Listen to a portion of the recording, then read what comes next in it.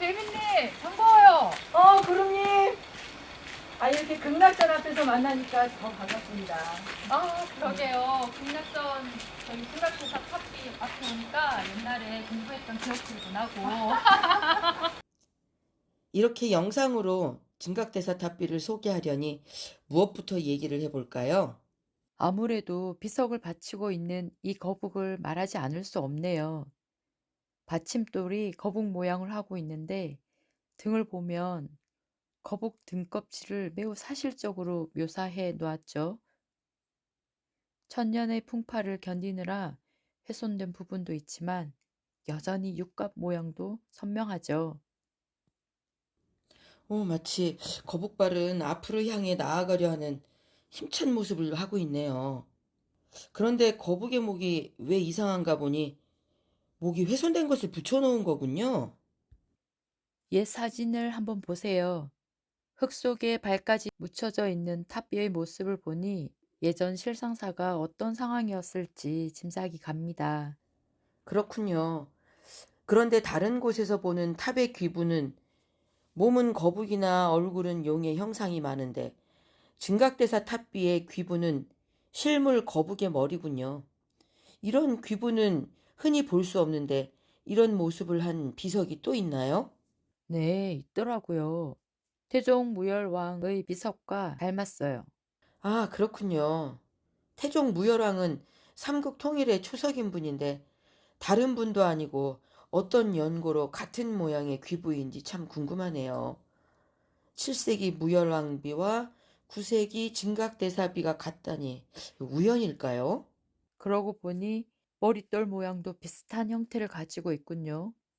주로 구름 속에 용이 있는 것이 아니고 대칭된 용의 모습도 다른 비석과는 좀 특이한 점이네요. 우연이라고 하기엔 너무 닮아 있는 모습이 굉장히 궁금하네요. 이런 사실을 확인하고 싶은데 증각대사 탑비의 몸돌이 없으니 참 궁금증만 더해집니다. 그러게요. 증각대사 탑비와 무열왕 탑비 사이에 어떤 연결고리가 있을 것 같네요. 그럼 이렇게 궁금증을 만들어낸 탑비의 주인인 증각대사는 어떤 분이었을까요? 증각대사는 실상사를 창건한 홍척 스님이 입적한 후에 왕이 내려준 시호라고 합니다. 아, 이 증각대사 탑비는 홍척 스님의 비를 말하는군요.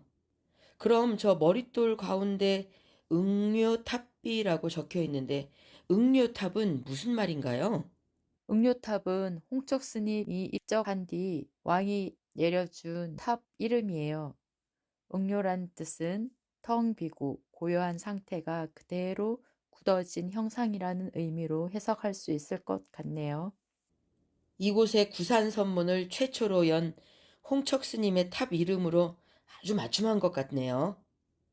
탑의 몸돌인 비신이 있었다면 홍척 스님의 행적을 다 알 수 있을 텐데 너무나 안타까운 일입니다.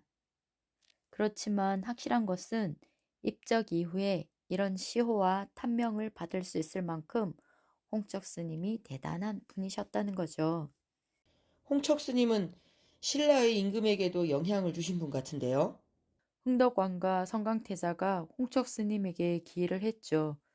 그래서 당시 서울인 경주에 후원이 많이 있었을 것으로 보입니다. 홍척 국사의 제자인 수철아상은 진골 출신인데 이러한 관계들을 보면 경주 왕실과 실상사는 어떤 형태로든 연관이 있었을 것 같아요. 그럼 홍척 스님은 언제 입적하셨을까요?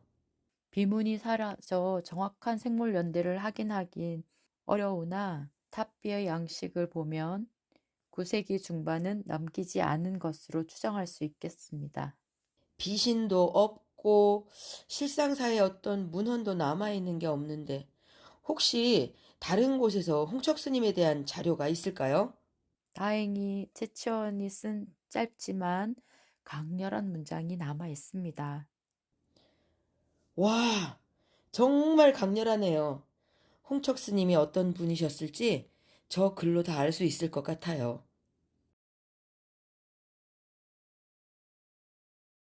대민님, 네.